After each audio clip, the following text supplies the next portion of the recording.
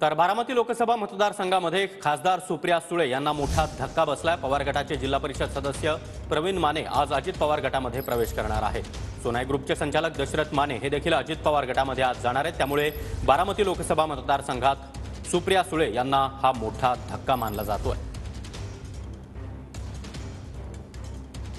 राज्याचे उपमुख्यमंत्री सन्माननीय अजितदादा पवार साहेब यांचे हात बळकट करून दादांची ताकद वाढवण्यासाठी आम्ही माने परिवारानं किंवा सर्व कार्यकर्त्यांच्या आग्रहाखातीर